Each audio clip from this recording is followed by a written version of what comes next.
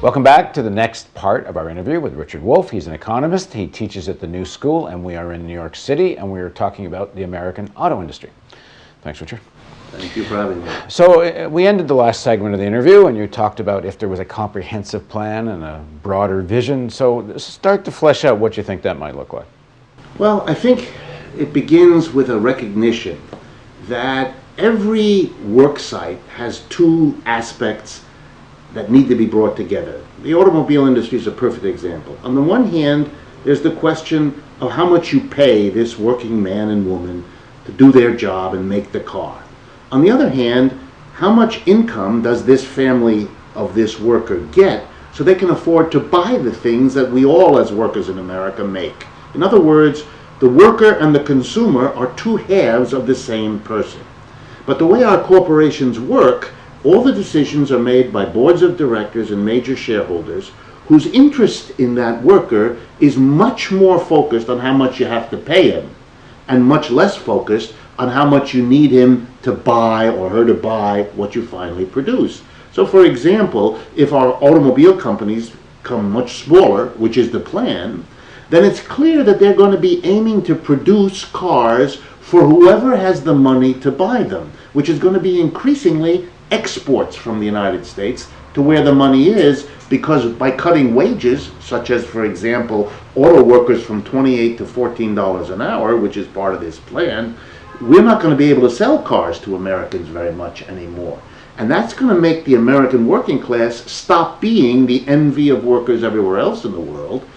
But it's a decision that's going to hurt the automobile companies as well as the workers in the long run, because it focuses too much on the role of the worker as a wage earner and too little as a consumer.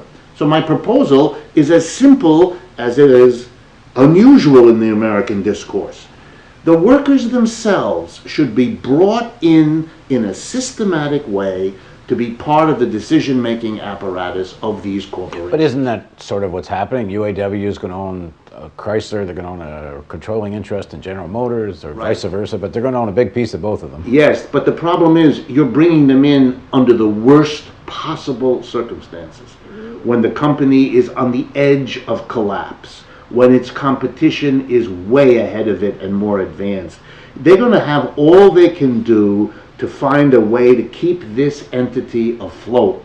And instead of making the space and the resources to make a big change in how we run corporations, my guess is we're going to see this new group of board of directors named by the union basically give the control over to the people who can save it on the immediate level. Well, does that mean that part of, to sort of take some steps in the vision that you're articulating, is that there's perhaps going to need to be a big fight within the union, because the union actually will be in a position to do something. That's right. They may want to, the current leadership of the union perhaps is ready just to, try to get back to something the way it used to be. But this is a very interesting opportunity here, absolutely. too. I think you're going to see a big struggle. It's already evident in some of the unions, a big struggle. Do you stay with the old model in which you leave management decisions to the management, an accommodation the American labor movement largely made? Sort of like what they've done with their pension funds. They're enormous investors, but they allow the management to carry on in the old way. Exactly. And even the past examples, United Airlines, FedEx, and so on, where you've had workers, pension funds buying big blocks of shares, they've always had the attitude, well, we must leave the direction of the company, the big decisions, to the usual boards of directors, etc. And our role is sort of the silent partner, the partner who's not really there except with his money.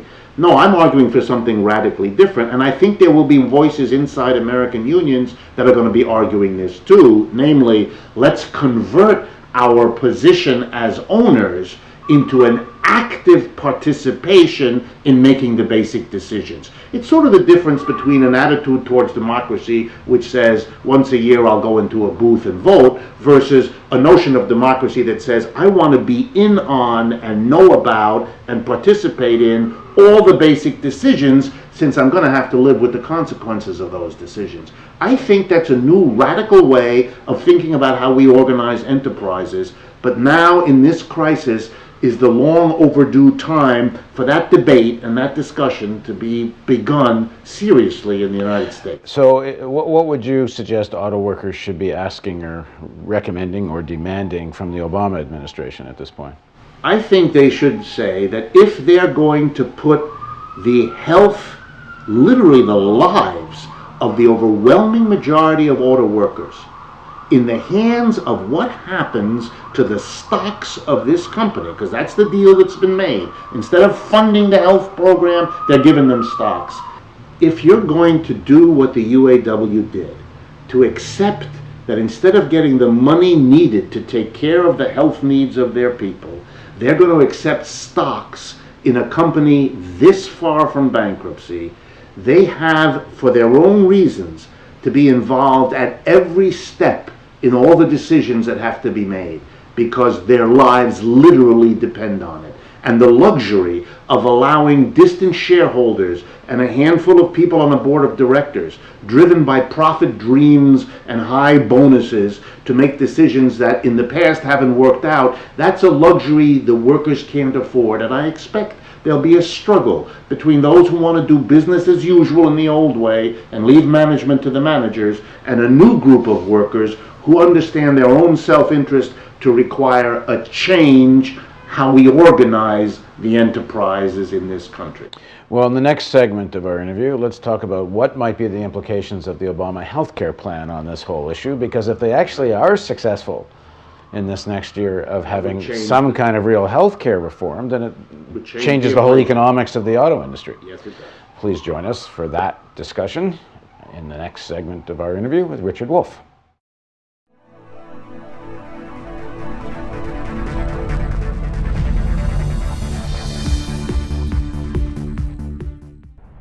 Donate today and receive a new documentary film available to members of the Real News Network. The History of the National Security State with legendary author Gore Vidal. Bonus features of the DVD include an in-depth response to Vidal from ex-CIA analyst Ray McGovern, who served under 7 U.S. presidents, an exclusive interview with Colin Powell's former Chief of Staff Larry Wilkerson, and an insightful interview with oil policy analyst Antonia Juhas. The news magazine of the screen. Living glimpses of history in the making. Hollywood and Washington is a symbiotic relationship. They both deal with illusions. Reality doesn't often play much of a part. I think I saw through the myth of the Cold War almost from the beginning. I was a Washington political kid from a political family. Roosevelt first had radio because he had this great speaking voice and everyone liked to hear.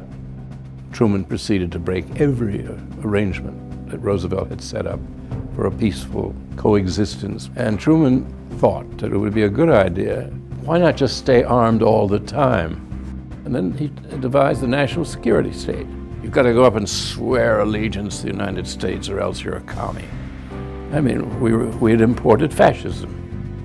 We get Dwight Eisenhower, who said that we have this great military industrial complex.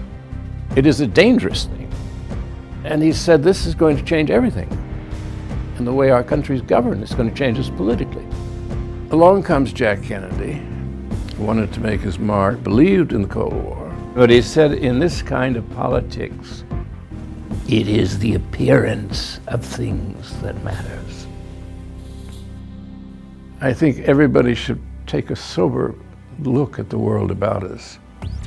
The national security state still exists, only it isn't communism anymore, it's terrorism.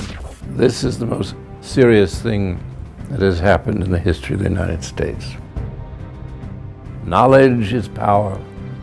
We need an honest news system. We need the real news. This is the sort of thing we can build right now without anyone else's permission from the government or from the business community. It's the power's in our hands. If we're not going to sleepwalk into more wars, we think we need to start with a television news network that won't bow to pressure and has the courage to seek facts. And that means independent economics. And that's why we need you.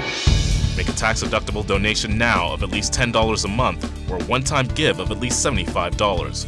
As a thank you for your support, we will send you the new documentary film, The History of the National Security State.